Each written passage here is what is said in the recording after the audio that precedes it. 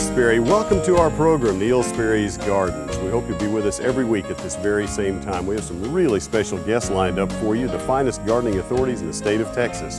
In fact, if you stay tuned today, you're going to see Tom Leroy and Bill Adams talking about fall vegetables, specifically broccoli and cauliflower for South Texas. We'll be checking with our good friend Benny Simpson of the Texas Agricultural Experiment Station. What a wonderful soul he is. We're going to be talking about native trees of Texas. I'll have answers to your questions out of the gardener's mailbag, and we'll also have some tips of things you need to be doing now in your landscape and garden. My tip of the week is going to deal with bringing your plants indoors for the winter time. Let me introduce you to our plant of the week. I go back with coleus a long ways, 30, 35 years or more. In fact, only in the last couple of years have these wonderful cutting-grown varieties been available in the nursery trade. The thing that's different about these is they're very slow to bloom. You'll notice that they're just now starting to flower at the end of the growing season. Look how large they've gotten. They're beautiful. I have about 50 varieties of these coleus in my landscape. We grow them from cuttings. They're very easy to maintain. They're great in sun. That's right, in sun. I give them a little bit of shade in the afternoon, a little bit of shade early in the morning, but otherwise they get sun almost all day long. About the only thing I have to do with cutting grown coleus is pinch out the growing tips periodically to keep the plant compact. This is a fairly simple process because all you're doing is removing just a little bit at a time, then it branches around that. Now when you get a flower bud, that's a different story. You want to pinch farther down to make sure you get all the reproductive parts out. That way it'll branch, keeps the plant nice and compact. Cutting grown coleus, what a wonderful plant. You need to give them a try next season in your garden. Neil Sperry's Gardens, the television program, the definitive word in Texas horticulture.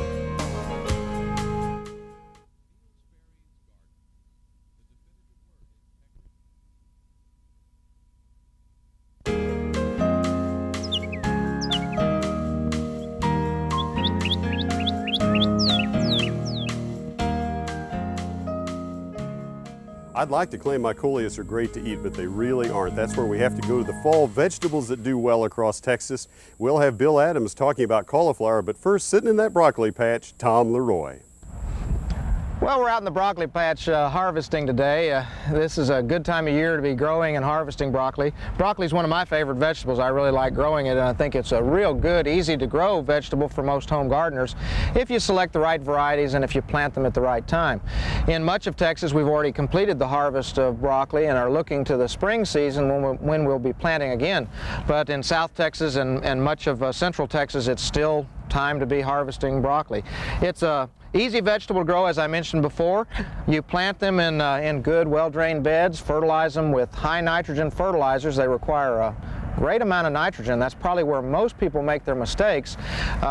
Because they're a leafy vegetable, nitrogen is the main nutrient that they need. And we've been fertilizing almost weekly throughout this production cycle in order to get the growth that we needed. Because the size of the heads are going to be determined by how large the plants are when they start to head up. Now, as far as cutting, they're very easy to cut. You just come in with a knife and cut the head. And actually, the part that you eat on broccoli are the immature flower buds. And cut those heads, and they're ready to go.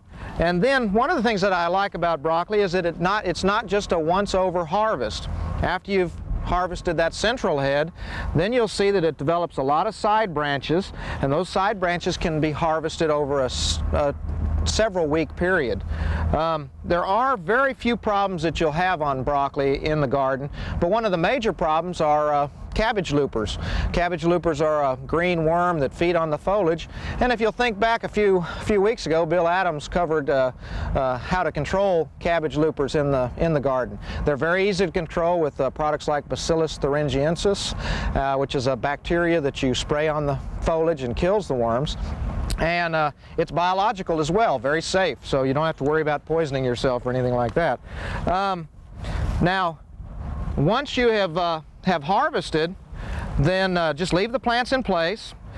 In North Texas, they will freeze and die eventually, but down here we'll harvest all the way through the winter and on into spring, many years when we have a mild year. And you can get a tremendous amount of broccoli out of a very small garden. You know, one of the relatives of broccoli is cauliflower. And you know, really, I don't know a thing about growing cauliflower. Thanks a lot, Tom. I don't know a whole lot about cauliflower either, except it's great with a cheese sauce. But actually, we've got about 8 varieties out here this year, and we've been trying them to see how early they mature, and that's very important We want the early hybrids. Varieties like Snow King's hard to beat, Snow Crown, which we didn't have in this planting, but it's always a good standard variety, and Majestic has been a good variety too. We harvested some of the Majestic variety, and we have another one called Purple Cap, which has these beautiful big purple heads. Now, you know when you go to a party and they have this fresh cauliflower out there on the relish tray, and you eat some of it, and sometimes a little piece of it gets stuck in your teeth? You want to be real careful with the Purple Cap because it looks pretty bad. Now, if you're growing your own cauliflower and you want to blanch it so that it's nice and white and less likely to embarrass you, here's the way we do it. If you can look down in here, this curd is about the size of a teacup. And that's the size when you want to take some of these larger central leaves, take a piece of baling twine, or a big rubber band will work too.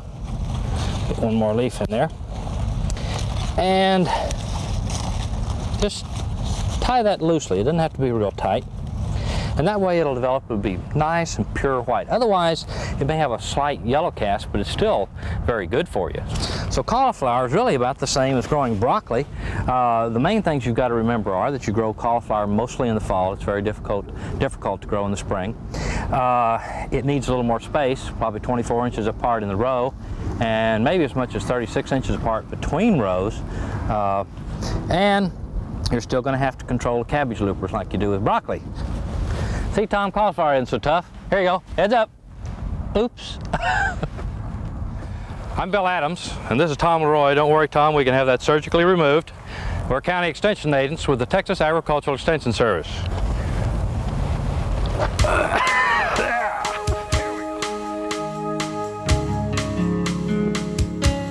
Just a couple of hard-working gardeners there. Thank you, Tom and Bill. It's a time to plant lots of things across Texas right now. Cool season annual flowers need to be planted immediately. Pansies and petunias. We're going to try petunias this year. Pinks and snapdragons can be planted right now as well in most of Texas. Talk to your local nurseryman. Certainly bulbs are planted very effectively right now, and nursery stock. Watch for closeouts on nursery stock. It's a great time to get some bargains. Finish transplanting perennials in your landscape as soon as you can. That way they'll be well established before springtime. Lots of things to plant. Get it done right away. We'll be back with more right after these messages.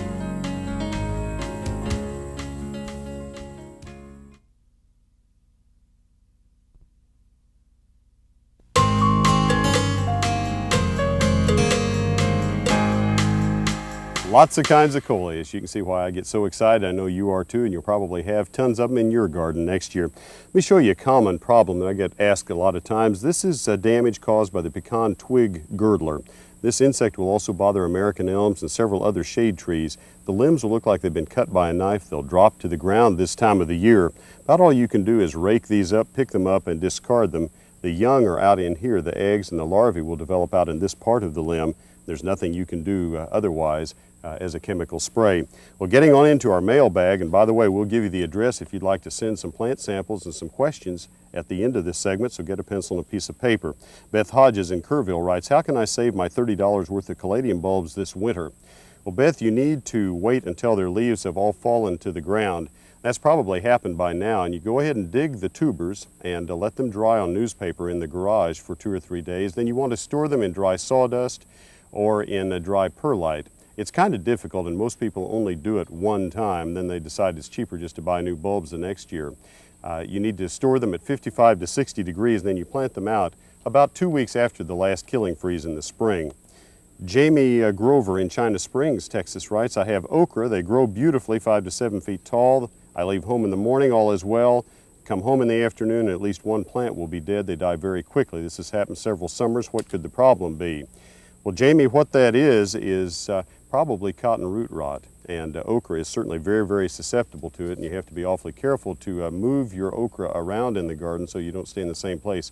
Working a lot of organic matter into the soil will help, and adding some agricultural sulfur will help also, maybe at the rate of about a pound per 100 square feet. I have 5 bougainvilleas, writes Floyd Ray in Tyler. I put them in the garage during the winter time, use a plant light. This year, no flowers all season long. What did I do wrong? Well, Floyd, there are several things that you may have done wrong. You don't want to put them in the garage during the wintertime, and a plant light is very insufficient for lighting. So you need to have a greenhouse or a very bright location otherwise. Otherwise, you might just want to buy new plants every spring. They need temperatures of 65 to 70 degrees. They need very bright light. And if you give bougainvilleas that, they ought to grow and bloom pretty well for you. Debbie Shepard in Ennis writes, I cut open a grapefruit a couple of years ago and found a seed germinating. I planted it. Now it's 5 feet tall. I have no plans to build a greenhouse. I just hate to let it die. Is there any way I could plant it on our property? Would it survive a winter? Otherwise, I'll just have to keep it in a larger and larger container. Debbie, there's one chance in about 100 million that that plant's going to survive for you outdoors in Ennis. It just won't make it through the winter time. Here's a sample that has been sent by Ed Black in Houston, and Ed is wondering, I'm having a lot of this kind of a problem with my ivy. What causes it, and what can I do? And Ed, what you have is a scorch. You can notice from the leaves that are burning that they're just getting too dry. Whatever the problem is probably a root or a stem problem, and you need to look way down on the plant. The problem is not in this part of the plant, it's farther down. We have a question from Eileen Welburn in Canton. She says, I have an apple tree that came up from sprouts. It has lots of fruit, but they don't have any flavor. What can be done? That is because they are sprouts. They're seedlings or something else. They're not a desirable apple tree, and that's not a function of anything you have any control over. It's genetic. Well, that's our time for our mailbag this week. If you'd like to write a note to Dear Neil, send it to Dear Neil, and that's care of Neil Sperry's Gardens, P.O. Box 864, McKinney, Texas 75069, and we'll answer it here on the air for you. Right now it's time to talk about pruning of your plants. That's really an important topic in the next few months. It's a little early to think about pruning most of our deciduous plants, but if you have a shade tree where a limb is dying and you want to get it done, the pruning done, before that tree goes bare for the winter time, this is a good time to accomplish that. If you have a perennial garden, you have a lot of old flower stalks and leaves and things of that sort, go ahead and tidy them up now. That's a good way of getting diseases out of the perennial garden. Mow regularly right up to your first killing frost, and if you have shrubs that have grown really bizarre during this growing season, you can go ahead and prune those right now as well. However, wait for major pruning if you possibly can. You want to shape up potted plants before you bring them indoors, and otherwise there's not a lot more pruning that you have to do at this time. Well, we'll be back with more of our program right after these messages. Stay tuned.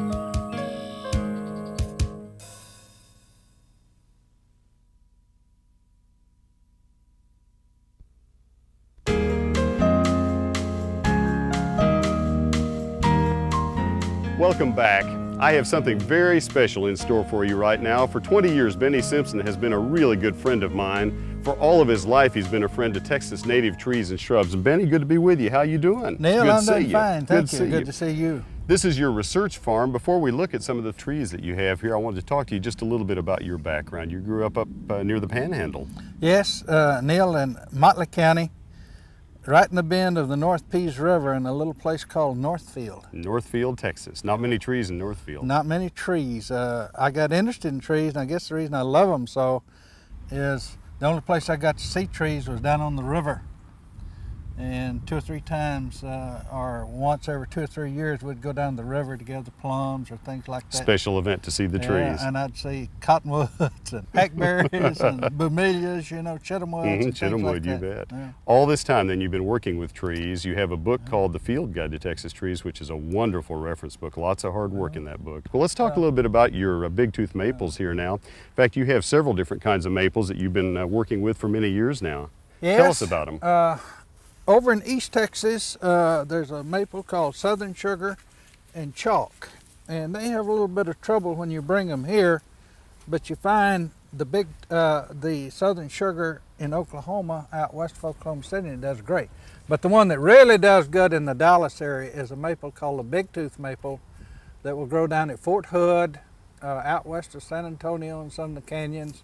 So it's in that alkaline area. It'll grow very well in most of That's Texas and other than deep East Texas. And this is a small-leaved one, and they used to call this southwestern big tooth maple. Look at that little leaf. Isn't that beautiful? The problem is you can't reproduce that leaf from a seedling. So all these seeds won't come true that we see here? No, they won't come true. The leaves will be a little bit bigger. Now, Benny, the fall color of a lot of the big tooth maples out of the Guadalupe Mountains is absolutely beautiful. Oh, they are, because they'll be the bright reds and the oranges. Sometimes yellow, but mostly bright reds and oranges.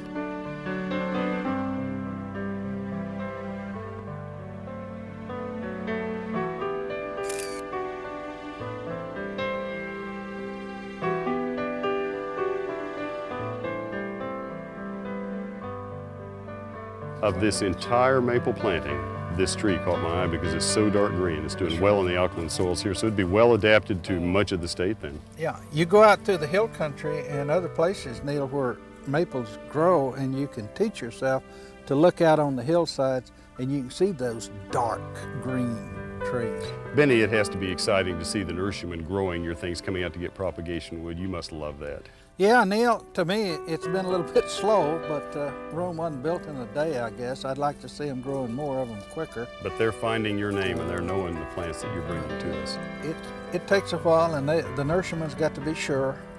If you had a tree that's an unsung hero in Texas, one that needs to be tried more, would it be the big-tooth maple, or do you have others that you really like? Oh, maybe there would be a raft of them, I guess, Neil. There'd be a lot of oaks, such as the Vasey oak and the sandpaper oak, but the big-tooth maple would be one. And then from here east, certainly the chalk maple.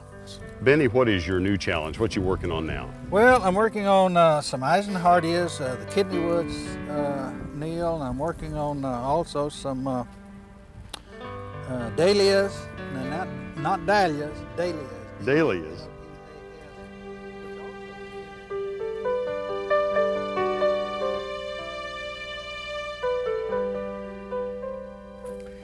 Well, Benny, what's the latest challenge? Neil, right now I'm working on some of the legumes, Eisenhardia, Texas kidney wood.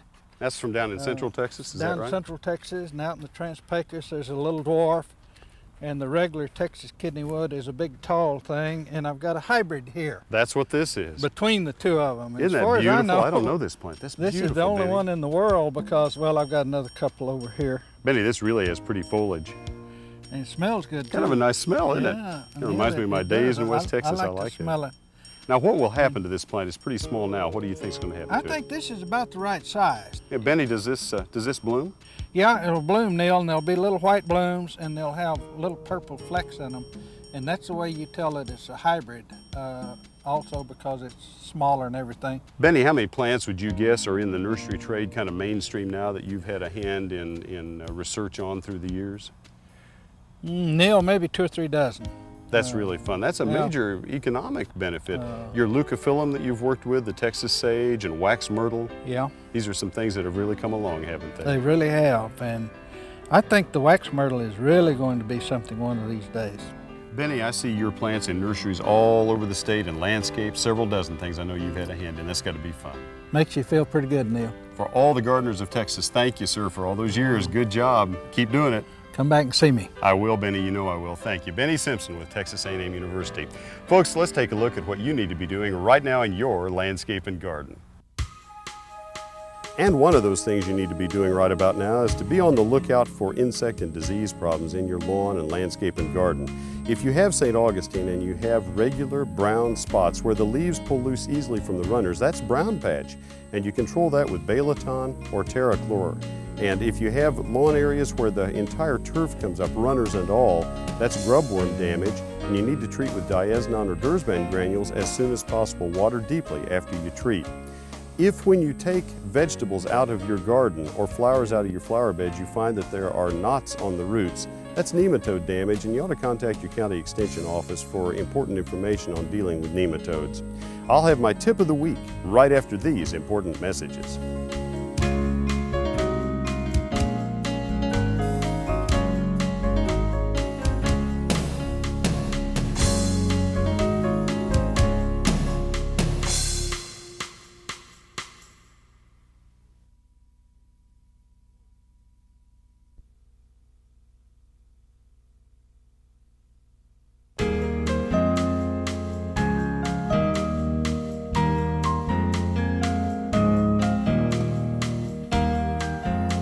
As much as I love my coleus, they get too big. There's just no way to keep them through the winter time. You have to sacrifice them. That's why you take cuttings of the ones you want to keep. You do that with begonias and impatiens and geraniums and other plants, then you keep these over the winter time. These plants get big next year. Some plants cost more and they're slower to develop, like this devil's ivy, and so as a result you do want to try to overwinter these. As we move this plant inside for the winter time, we're going to groom it, shape it, prune it to remove any of the erratic growth. You would do that with hibiscus and bougainvilleas and other plants that have gotten way too tall. You want to check very closely for signs of insects and diseases and deal with them before you take the plant inside where you have other plants that might be infected. You also need to cut way back on water and fertilizer that you give these plants because conditions indoors just aren't as good, and they're not going to be happy if you keep them too well nourished and too wet inside. Move them gradually, a little darker before you take them inside, and then give them the brightest, coolest spot you have indoors. They'll be ready to come back outside next spring. Well, that's our program for today. I hope you'll join us next week for Neil Sperry's Gardens when we'll look in on Larry Stein with the Extension Service talking about walnuts for Texas. And Tom Leroy returns to talk about pruning grapes. I'm going to introduce you to an exciting plant called chicken gizzard plant. Now there's a name to remember. Until next week, thanks for watching and happy gardening.